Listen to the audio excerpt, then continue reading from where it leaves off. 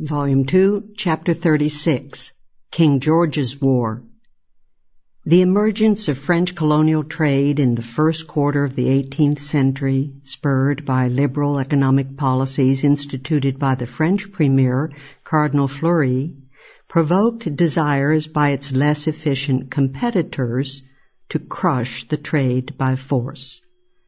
This was true not only of French West Indian sugar, but also of the New France fur trade, which by the late 1720s was out-competing the English colonies in the supply of beaver.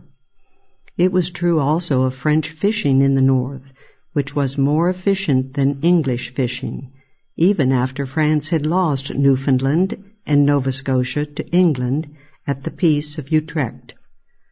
A typical reaction was that of Governor William Shirley of Massachusetts, who repeatedly proposed to end the competition by seizing French Canada by force. But standing athwart all rising pressures for renewed aggression against France was the great Walpole, who brought to his long rule an overriding love of peace, an opposition to foreign meddling and aggression. Robert Walpole indeed brought to the Whig party a policy of consistent liberalism, of quiet, minimal government, of low budgets and taxes, of little intervention at home coupled with peace, quiet, and minimal government meddling abroad. He thus not only kept Britain at peace for a generation, but also brought to the Whig party an internally consistent liberal program. From that time on, the Whig tradition remained one of liberalism and included such leaders of peace and neutrality as Walpole, the Pelhams, the Rockingham Whigs, and Charles James Fox. It was fortunate for Walpole that in the same way that he was able to resist opposition charges of dishonor, appeasement, and sellout to France, so his French ally and counterpart, Cardinal Fleury, was able to pursue a steadfast policy of peace despite opposition charges of appeasement and sellout to Great Britain. England had attacked France in two costly wars, in King William's War and Queen Anne's War, which had ended with the Peace of Utrecht in 1713. Now Walpole resolved that the peace would remain unbroken. The French, despite their losses in Canada at the Peace of Utrecht, were able to construct a mighty defensive fort at Louisbourg on Cape Breton Island to guard against further English aggression against Quebec. In a far greater feat, they explored and began to develop the Mississippi and the Ohio valleys. New Orleans was founded by the French in 1718, and the fur trade developed in the Ohio Valley, and defensive forts built there. France not only had survived the English attempt to throw her out of the New World, but was able to expand its settlements and outcompete its rivals. The professional patriots, the warmongers, and Francophobes were looking for any excuse for aggression, and they thought they had found their opportunity in the War of the Polish Succession, which broke out in Europe in the 1730s. Walpole, seeing no English interest involved, stood out alone for peace, even against King George II, John Carteret, and other opposition leaders in the House of Commons. Resisting the war pressure successfully, Walpole proudly told Queen Caroline in 1734, "Madam, there are 50,000 men slain this year in Europe, and not one Englishman." The war party was unable to prevail in the War of the Polish Succession, though it did drag Britain into war with Spain amidst whipped-up hysteria over Captain Jenkins' ear. For the war party, such an opportunity to grab Spanish territory was even as welcome as a war with France. Effective in leading the war hawks in the Commons was the fiery and maniacal orator William Pitt. The War of Jenkins' Ear was a classic example of the use of patriotic myth to whip up popular hysteria fomented for other goals. In 1731, Captain Robert Jenkins returned from the Caribbean with a harrowing tale that Spanish officers, in searching his ship, had cut off his ear. This tale was taken up by the war crowd 7 years later, even though Jenkins' ear was apparently intact, and used by the pro-war press to foment aggression against Spain. The actual mainspring of the aggressive war against Spain had nothing to do with national honor or Captain Jenkins. It stemmed instead from long-standing maneuvers by leading London merchants to acquire a monopoly of the West Indian slave trade. In 1663, Charles II had granted the Royal African Company the exclusive monopoly of carrying slaves from Africa to the English colonies, as well as the exclusive right to own land in Africa. After waging a successful war against a competing Dutch company to gain a monopoly of the slave trade, the Royal African Company after 1680 specialized in slave exports to New Spain. The Spanish government sold to private firms the coveted privilege of the asiento, the exclusive monopoly of supplying Spanish colonies with slaves. And the Royal African Company was able to become a favorite subcontractor of the Spanish asientists.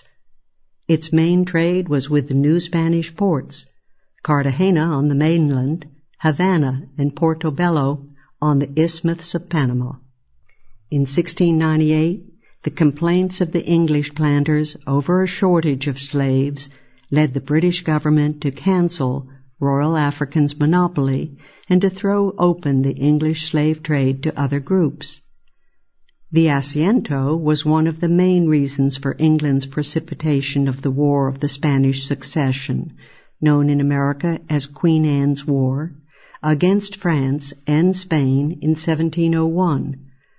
For Philip V, the new King of Spain in 1700, was a grandson of the French King Louis XIV, and he promptly awarded the coveted asiento to the French Guinea Company, an act that led powerful English merchants interested in the slave trade to support an English war upon the two countries.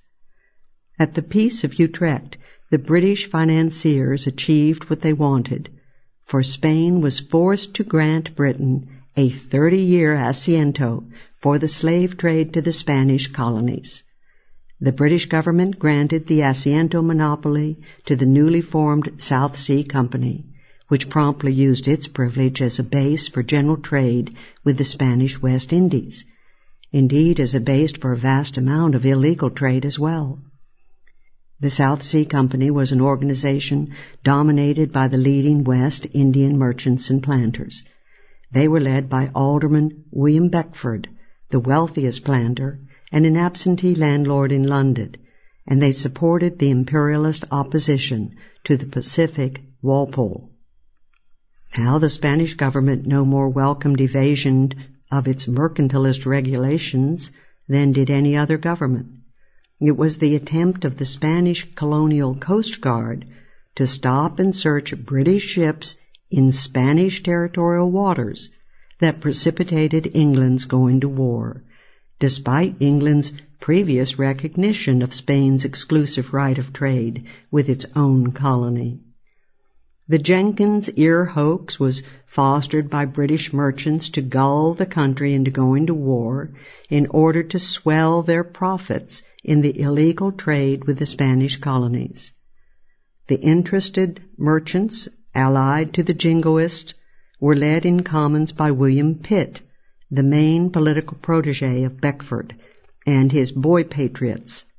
These war hawks could not this time be denied, even though Walpole was able to negotiate a compromise agreement with Spain in the Convention of El Pardo in 1739. Walpole's lone resistance to the war drive was eloquent, noting the Spanish treaty right of search in its own waters against illegal trade. He warned that the warmongers insist that our ships ought never to be searched wherever they are to be found, and let them be ever so near to the Spanish coast. Pray, sir, what is the plain English of this, but that the trade to the Spanish West Indies ought to be open to every interloper of ours? Yet the facts of the case, the Convention of El Pardo, and Walpole's stubborn eloquence could not this time prevail, and George II declared war against Spain in October 1739. A new wave of deadly European wars had thus begun. Walpole, hearing the bells ring in celebration, prophetically warned, "They are ringing their bells. They will be wringing their hands soon." As we have seen, Georgia quickly used the war as an excuse for an attack on St. Augustine. But the most fateful result was the widening of the conflict to France as well. Even though forced to go to war, Walpole tried to keep the fighting as limited as possible. In this effort, he was joined by the powerful British West Indian sugar planters. The planters only wanted to cripple Spanish trade. They emphatically did not want a conquest of French or Spanish colonial territory that would open up the latter's products to English colonial markets. Prospects for limiting the war, however, were ruined in 1740 by the outbreak of the entirely separate War of the Austrian Succession. The pacific Walpole was finally ousted in 1742, and the king forced the Duke of Newcastle to bring into the cabinet the war hawk, Lord Carteret, who rushed in to try to mount an all-out war against France, which erupted in 1744 and which became known in America as King George's War. The war dragged on in costly and inconclusive fashion until peace was made at the Treaty of Aix-la-Chapelle in 1748, restoring the state of affairs of the status quo antebellum, including reconfirmation of the Spanish asiento to the South Sea Company. The most important event of King George's War in the colonies, and the most fateful of future consequences, was the expedition that conquered the Fortress of Louisbourg from the French. From his appointment to the governorship of Massachusetts in 1741, William Shirley had been zealous in preparation and expeditions for a war. On assuming his post, Shirley quickly and happily built up a patronage machine, and the build-up was created out of increasing war and military expenditures, provision contracts for favored merchants, recruiting fees, and naval expenditures lined the coffers of Shirley and his friends. And, as governments have eternally found before and since, the cry of defense proved to be a superb patriotic cloak for these nest-feathering operations. Previous conflicts were forgotten as contractors and subcontractors scrambled to win places on the war gravy train. As Professor Schutz, a most favorable biographer of Shirley, writes, defense activities raised a political tide in Shirley's favor. Speculators, contractors, and merchants prospered, and their profits attached them to the new administration. The new defense policy won the support of many of Belcher's allies. Lesser men, in turn, looked to the contractors. A chain of favors spread war business to a large number of people. The powerful merchant Thomas Hancock, a former opponent of Shirley's, had been bought out by being tied into a firm receiving virtually half of the war contract business in Massachusetts.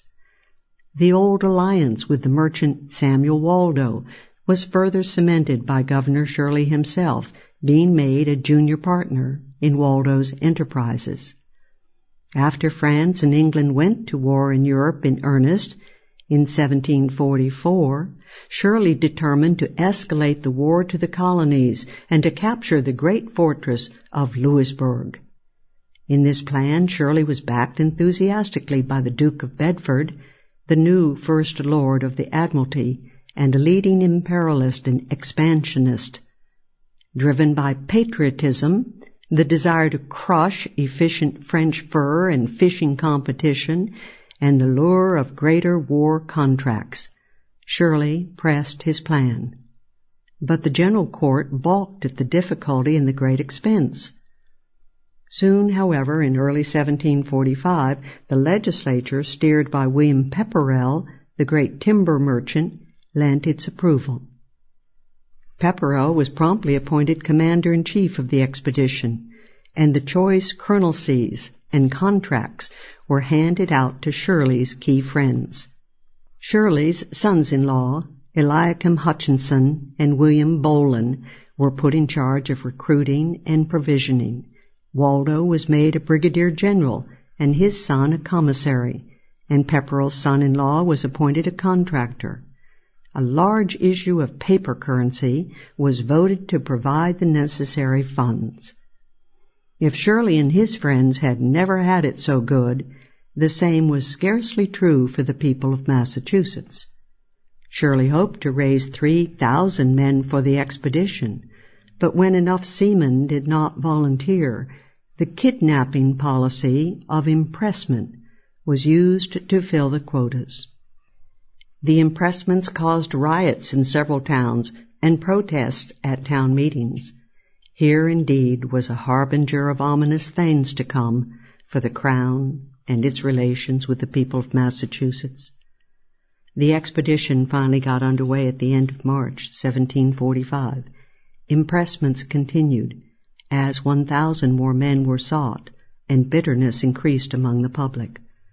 All qualms were stilled, however, by the burst of popular enthusiasm for the capture of Louisbourg in mid-June.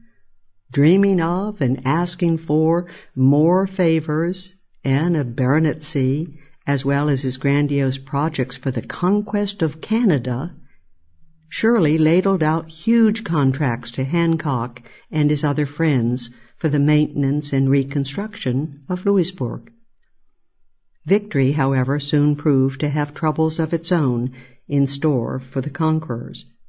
Newcastle and the Prime Minister, his brother, Henry Pelham, were instinctive liberals and had always been reluctant to pursue the war with France.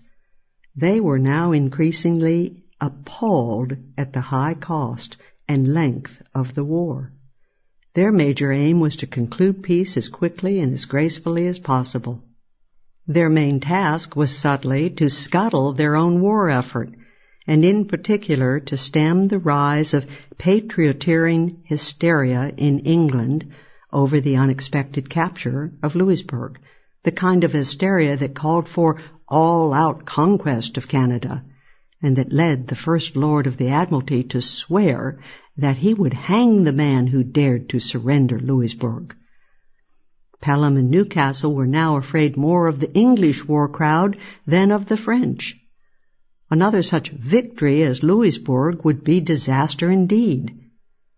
Hence they began a subtle process of disengagement from the war and therefore from further conquest. As a part of this process of pacification, William Shirley received slight reward for his victorious campaign, obtaining a colonelcy, but not the coveted title of baronet. The post of colonel, however, with its correlative patronage, was lucrative enough, and Shirley and Pepperell spent a happy time in Louisbourg, parceling out all the new patronage and war contracts, including captaincies to 2 of Shirley's sons. Such friends, relatives, and fellow booty sharers as Robert Hale, Bolen, Hutchinson, Robert Auchmuty, Benjamin Coleman, Hancock, and Paul Dudley were cut in for their share. As always, Samuel Waldo profited handsomely, his son becoming captain and in charge of supply for his regiment, and his step-brother and Pepperell's son-in-law, Nathaniel Sparhawk, placed in charge of selling French war loot in Boston. But in the meanwhile, the loot of the lower-ranking heroes was not as abundant. At Louisbourg, supplies were low, sickness high, and the troops restive. And through the stormy winter, Shirley found it difficult to supply the unfortunate garrison. Furthermore, the American volunteers found themselves after the victory under the command of British naval officers who had played a decidedly minor role in the triumph. The colonial soldiers had enlisted only for the length of a summer campaign, but now found to their outrage that British officers forced them to remain in Louisbourg for the entire miserable winter. The troops threatened to mutiny, and only the personal visit of Shirley in the fall, promising speedier payment and discharges in the spring, quieted the incipient rebellion.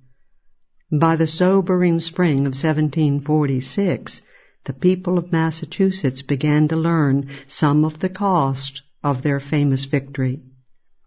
By the end of the winter, fully 900 men, 1/3 of the victorious New England soldiery, had died at Louisbourg. This bitter pill was aggravated by the conduct of the returning British fleet. Many maltreated British seamen took the opportunity of being in Boston to jump ship, and the British officers aroused hostility by rounding up and killing 2 of their sailors, as well as press-ganging American seamen to replace the deserters. Assemblymen from Boston and other seaport towns reflected popular wrath against Eliakim Hutchinson, one of Shirley's favorites who had been a leading contractor of supplies to Louisbourg and was in charge of procuring seamen in the colony. In the 1747 election, the Massachusetts Assembly removed Hutchinson from the council and tried its best to have him dismissed from his judicial and military post. Shirley, however, remained undaunted and pressed on the plan for a massive attack on Quebec, the key to Canada. Pelham at first used a French offer of peace to veto such aggression, but Newcastle and Pelham were soon forced to agree in order to appease the war-minded at home. However, resistance to the heavy taxes needed for the campaign grew rapidly in the Massachusetts legislature. Again, a heavily inflationary issue of paper money was put through. Voluntary enlistment dried up from the dread example of Louisbourg, but Shirley quickly drafted a frontier garrison, and other colonies supplied men. New York furnished 1,600, and Connecticut 1,000. The promised British troops never arrived, thus ending the prospective expedition, and unhappy soldiers and sailors began to desert en masse in the summer of 1746. When constables tried to arrest the deserters, they were assaulted by the local populace, and frontier posts, stripped by Shirley for the epic expedition, were overrun by the French and their Indian allies. Shirley was still fanatically eager to press the attack in December, even without British aid, but was overruled by the good prudence of his associates and other New England governors. Finally, Shirley's dream of a great 1747 expedition was destroyed by Newcastle's firm canceling of all British plans for the attack. Shirley would have pressed on regardless, but neither the other colonies nor Massachusetts would go along. There was method in the madness of Shirley's persistent and almost frenzied zeal for more and bigger wars.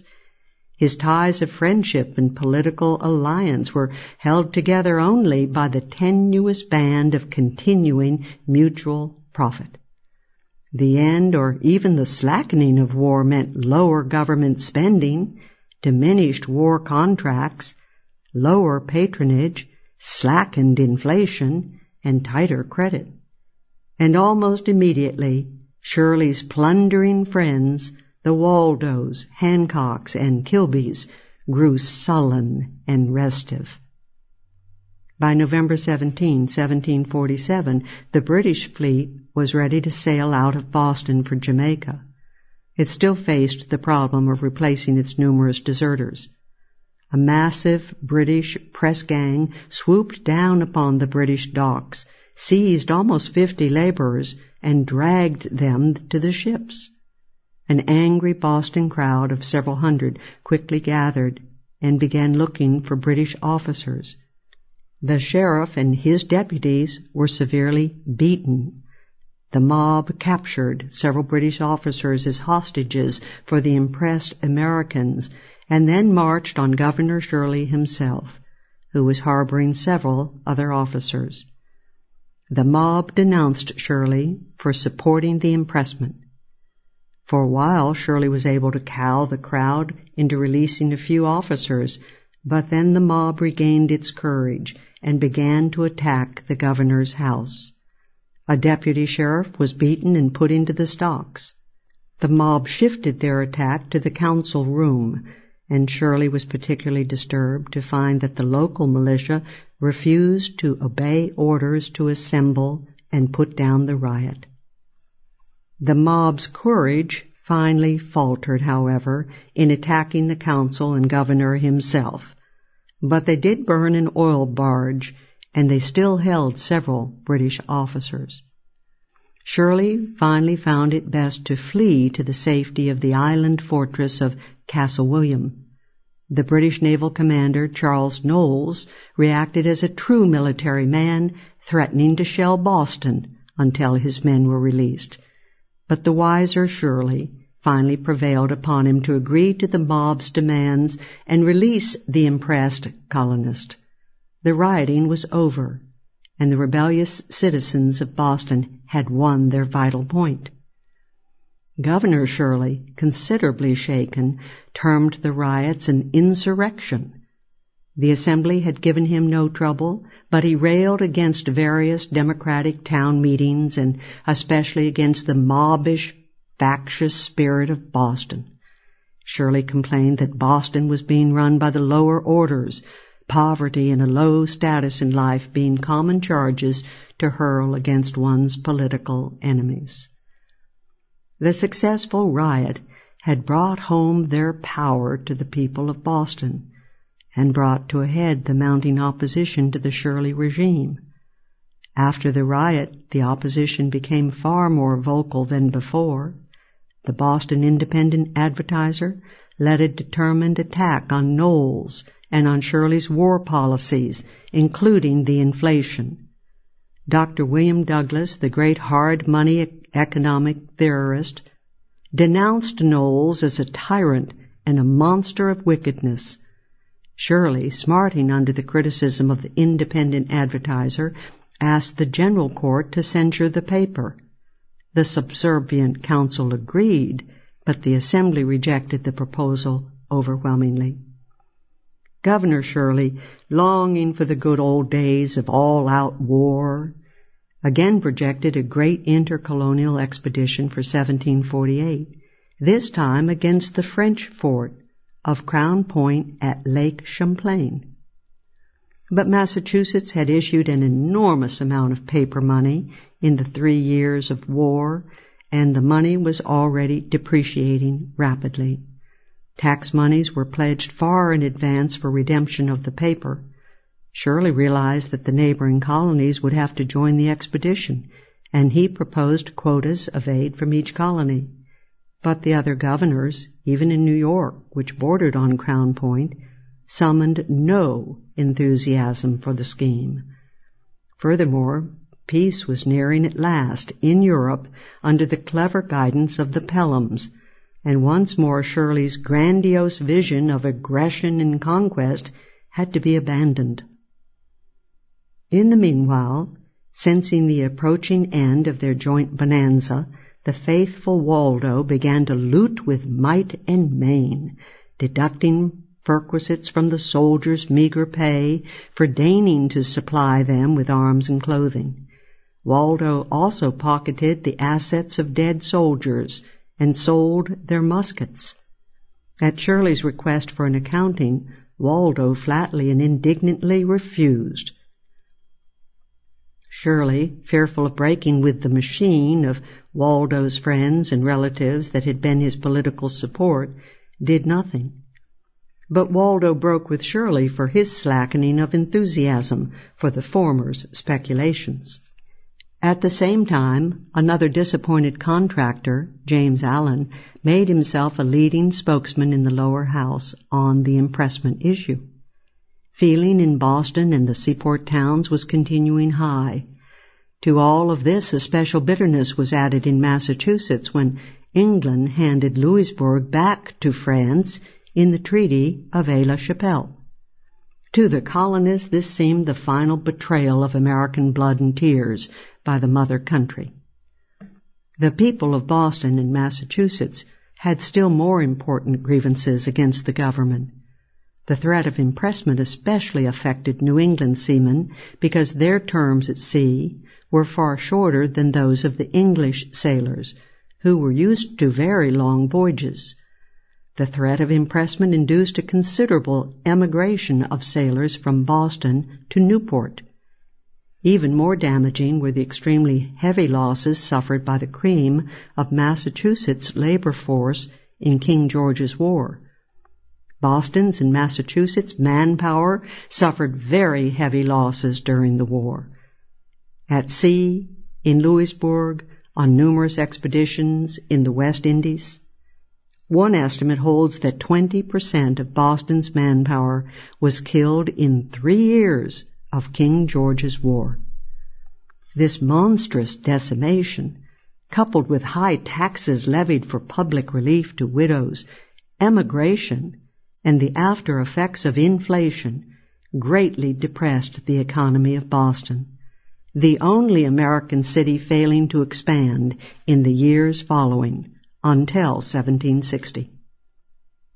During the wars of the 1740s, a half-hearted attempt was made by the Crown to enforce the trade regulations on the Americans, particularly prohibitions on trading with the enemy.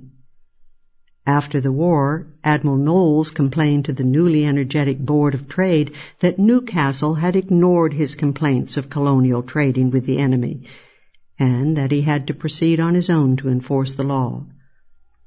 The military mind could not appreciate the mutual benefits of free exchange, even with a so-called enemy. But the colonial merchants did appreciate these benefits and happily continued the trade. Boston, New York, and Philadelphia were important centers of this commerce, but the great emporium of trading with the enemy was Newport, where the deputy governor, William Ellery, allowed ships to clear the port without troublesome inspection. One method of evasion was through neutral Dutch middlemen in such West Indian territories as Suriname and St. Eustatius. Another was direct trade under cover of fake prisoner exchanges. Ships would be legally authorized under official flags of truce to exchange prisoners at the French West Indies. But apart from the few token prisoners, trade was happily carried on by these ships. Flags of truce were purchased from colonial governors, and a market in these flags flourished in the colonies. By 1748, then, the American colonies, prospering under the liberal Walpole Newcastle policy of salutary neglect, stood as almost self-governing colonies, in fact, though scarcely in name. In each colony, the lower house or assembly took the lead in this self-government with increasing effect. Although Robert Walpole had been ousted as Prime Minister in 1742, his policy of salutary neglect was substantially continued by Newcastle and his brother, Henry Pelham, who succeeded as Prime Minister the following year. But in the absence of the political might of Walpole, the shades of night were beginning to close on the relations between Britain and the American colonies. Newcastle, while still powerful in the government, was succeeded in the post of Secretary of State for the South by the aggressive imperialist John Russell, the Duke of Bedford. But Bedford could do little harm in the colonies so long as the liberal Lord Monson continued as president of the Board of Trade. The death of Monson in 1748, coinciding with the end of the war in Europe, gave Bedford his chance to try to move toward an end of salutary neglect and to end the flourishing smuggling in the American trade. Newcastle attempted to replace Monson by the latter's brother-in-law, the Duke of Leeds, who, in Newcastle's words, needed some office which required little attendance and less application. Bedford, however, managed to overrule Newcastle and to install at the Board of Trade his follower, George Dunk, the Earl of Halifax. Halifax now set about in a determined attempt to bring the American colonies to heel. For several years, the Board of Trade pressured the higher authorities with a series of reports deploring the lack of enforcement of the mercantilist regulations in the colonies, and calling for the replacement of salutary neglect by enforcement of the laws. Failing to convince Pelham and Newcastle to change their ways, Halifax tried a power play to have himself appointed to a new post that he proposed, a separate Secretary of State for the colonies. He failed to achieve this goal, but did manage to obtain, as SOP, slightly enlarged powers over the colonies for the Board of Trade in 1752. Promptly, the board began a persistent campaign to require the colonial governors to obey its instructions and to try to wrest from the assemblies a permanent revenue for the royal governors and their administration. The Board of Trade could do little on its own, however, particularly in the face of determined opposition by the colonial assemblies. In 1756, the outbreak of a new war with France forced Halifax to suspend his imperial activities for the duration. At that point, imperial control over the colonies was scarcely greater than 8 years before, when Halifax had begun his efforts. But this very failure set the stage for a new and far greater push for restoration of control over the colonies when the war was over, a push inspired by increasing fears by the non-liberal forces in Britain that colonial independence had nearly gotten out of hand. One example of the failure of Halifax to crack down on smuggling in the colonies was the case of the Philadelphia firm of William Allen and Company, which had become prominent in the smuggling trade from the French West Indies and was thus able to undersell the legitimate importers. By a happy arrangement, the Royal Collector of Customs, whose task it was to enforce the laws, was Abraham Taylor, who happened to be a member of the Allen firm. Taylor's pursuit of the policy of salutary neglect is hardly surprising.